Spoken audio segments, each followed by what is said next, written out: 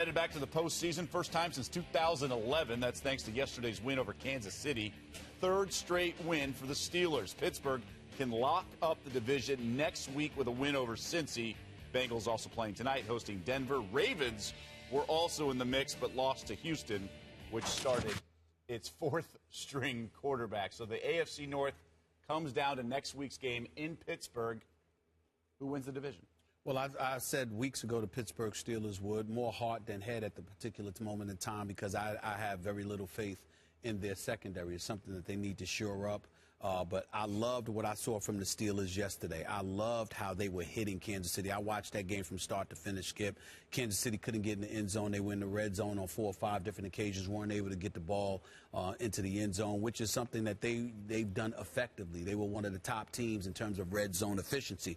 I had the pleasure of interviewing Mike Tomlin on my radio show last week, and that was one of the biggest fears, how Jamal Charles was a big threat, how Alex Smith kept the turnovers to a minimum, and how he was just exceptional at making sure he protected the football. They bottled up Jamal. That's right. They bottled up Jamal yesterday, held him to 29 yards. Their receivers, although they dropped a couple of passes, I mean, some of these dudes are lucky they're getting a paycheck because, I mean, they give Alex Smith absolutely nothing, to be quite honest with you. I mean, do you have any idea, if you're the Kansas City Chiefs, who I think is a decent football team, how embarrassing it is if you are a wide receiver and not one single touchdown has been scored by a wide receiver all year long? We know that's not about Alex Smith. Now, Fasano has scored. Kelsey has scored a touchdown. The tight ends have scored a touchdown, but not the wide receivers. That's just embarrassing. I mean, you should go, if you're Dwayne Bowe, go thank your agent for the money he got you. You understand? Because if they had to revisit those contract talks, you might not get that kind of money. I mean, my Lord. But with that being said, Steelers' offense is no joke. I don't want to hear any noise about Todd Haley and Big Ben Roethlisberger not being on the same page. Whatever it is, it's working. Whether it's Le'Veon Bell, who only had 63 yards rushing yesterday, whether it's Antonio Brown, whether it's Wheaton, whether it's Bryant, whether it's Heath Miller, they've got an offensive arsenal that is lethal in Pittsburgh. Even when they're not playing well, just the fear because they're so explosive, they can put points up in a nanosecond. Bottom line is they've got that kind of potential. I'm still not sold on Cincinnati. Baltimore disappointed me. Flacco, I don't know what the hell that was about yesterday. Talk about stinking up the joint. Glad you got a Super Bowl on your resume, because if you didn't have a Super Bowl, you'd be getting killed today. Because, Lord, how do you show up and perform like that when you still got a chance at a playoff berth? But still in all, I look at Cincinnati. I don't expect them to win tonight. I'm not sold on them. I do not believe in them. Because when the bright lights come on, they tend to shrink beneath it.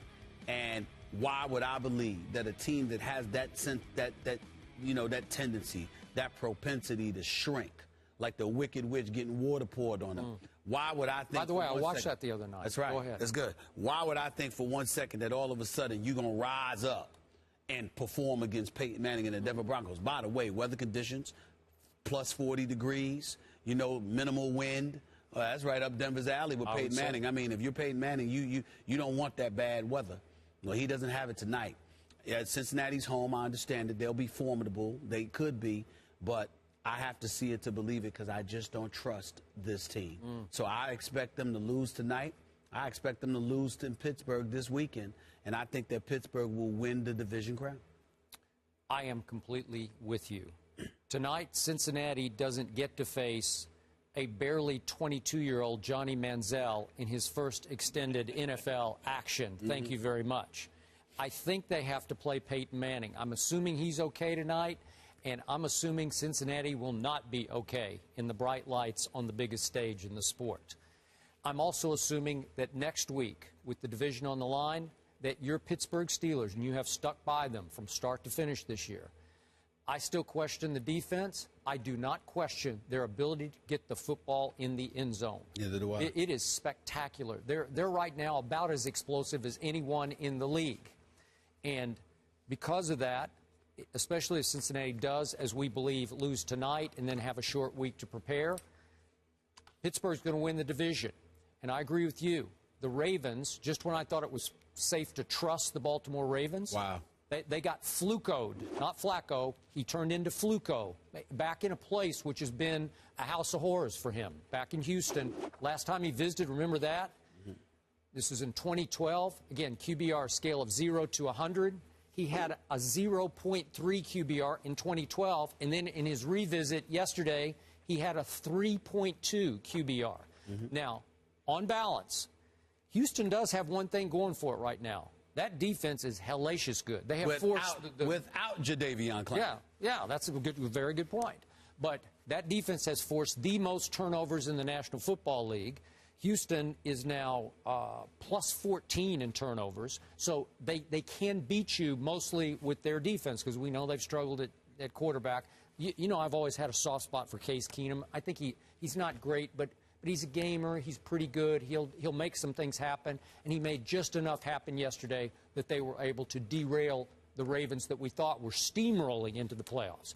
But still, if we're right about Cincinnati losing out, Baltimore is going to ease in, edge into the back end of the playoffs. Well, I hope so, because I'm a John Harbaugh fan, and I don't want both of the Harbaughs to get screwed over this year, because we know Jim has been just railroaded. It's a crying shame what's happened to him in San Francisco, and I hope his big brother doesn't have to, go through, and not that he would, but I hope that he doesn't have to go through missing the playoffs, because I think he's a hell of a coach and he deserves it. But I got to tell you something right now, and I needed to bring this up because it's sort of going off of it just a little bit.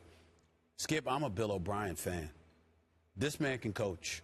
And I got to tell you that I believe, I almost wish that Houston was so awful this year that they could have an opportunity at a Jameis Winston or a Marcus Mariota, because clearly that's what they need. They need a quarterback, because that's what it is.